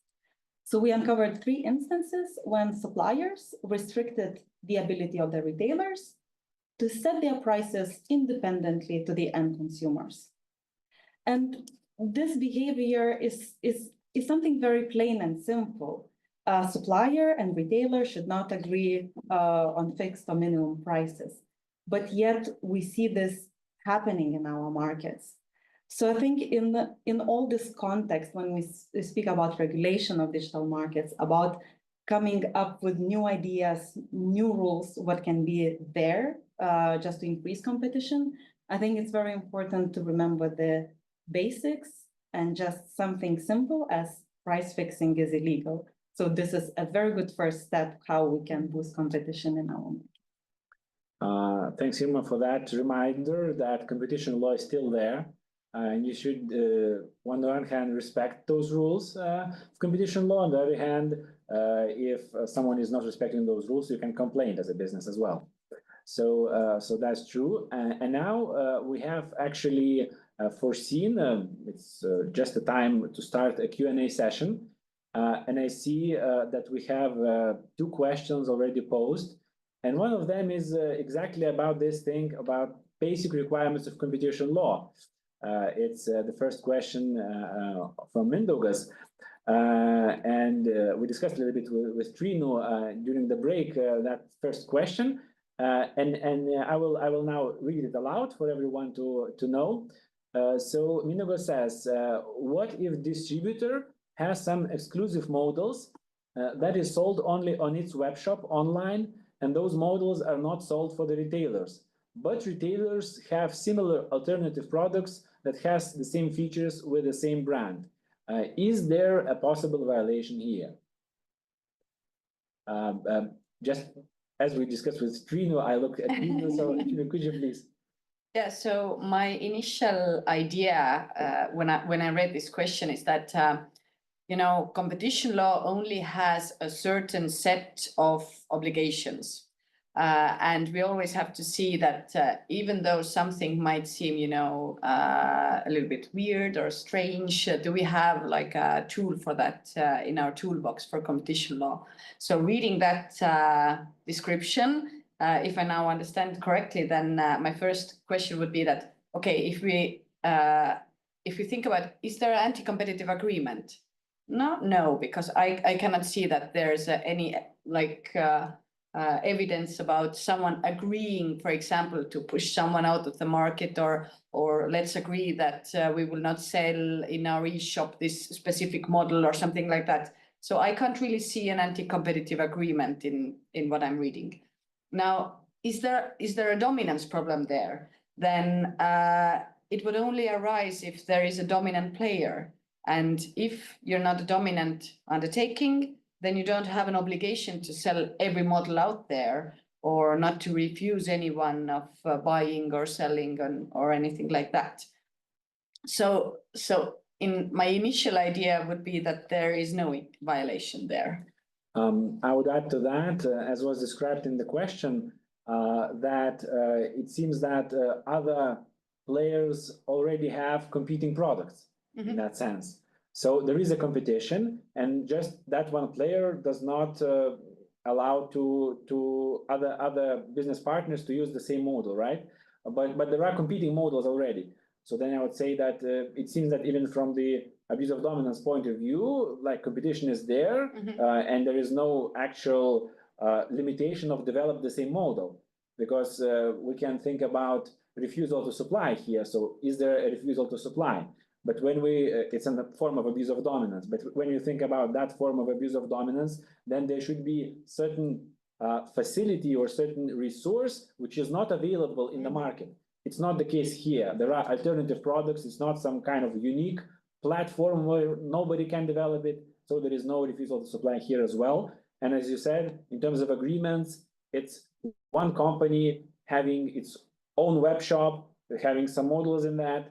So there is no agreement between itself and its web shop. So I think here agreement, as you said, is also not present. So while we are talking, if you have, I say to all the participants, both in here and online, if you have any additional questions, please pose them. But we still have one more question at least by Philip. And he thanks for the presentations and says that digital markets include also digital data markets, see Data and Data Governance Acts, and digital media markets, see IP directives. At the junction of these markets, the Baltic states could deploy a common European copyright data space. That is an opportunity, not a risk, from digital markets regulation. Food for thoughts. Indeed, those media markets, data markets, it's not something that we discussed in detail today here, but we discussed this issue of fragmentation of the markets. So if we think about IP law or data law at the national level, so I would say that indeed certain larger spaces than only one country in that field may help in creating more certainty for businesses when we need to consult only one lawyer to comply with the rules, because the rules will be the same in 3 Baltic states. That's a good point. So indeed, those common rules in the Baltic states or at the EU level, they help for compliance. And also, of course, I think the appeal of competition law is indeed that it's based on economics. And this means that competition law is basically the same across the world, which means, again, for compliance, it's a good message. All right. So I see probably we have. Okay, I see that my colleague informed that no more questions at this point. We still have a possibility to post them. So this is the very last chance to do that. Anyone? Please, Jonas. What about the new competition tool in Estonia? Are there any plans? I think maybe I'm not the right person to answer that question. What I can say about new developments in Estonia, this is more about perhaps the procedural side, is that some of you might know that Estonia is very lacking behind in taking over the ECN Plus directive. I think it has been years now, and we have kind of went from one extreme to another, from administrative fines, and I just a couple of days ago read a new draft law, which is again misdemeanor procedure. So I think this is the most hot debate right now for up and coming competition law news. Let's see how it develops.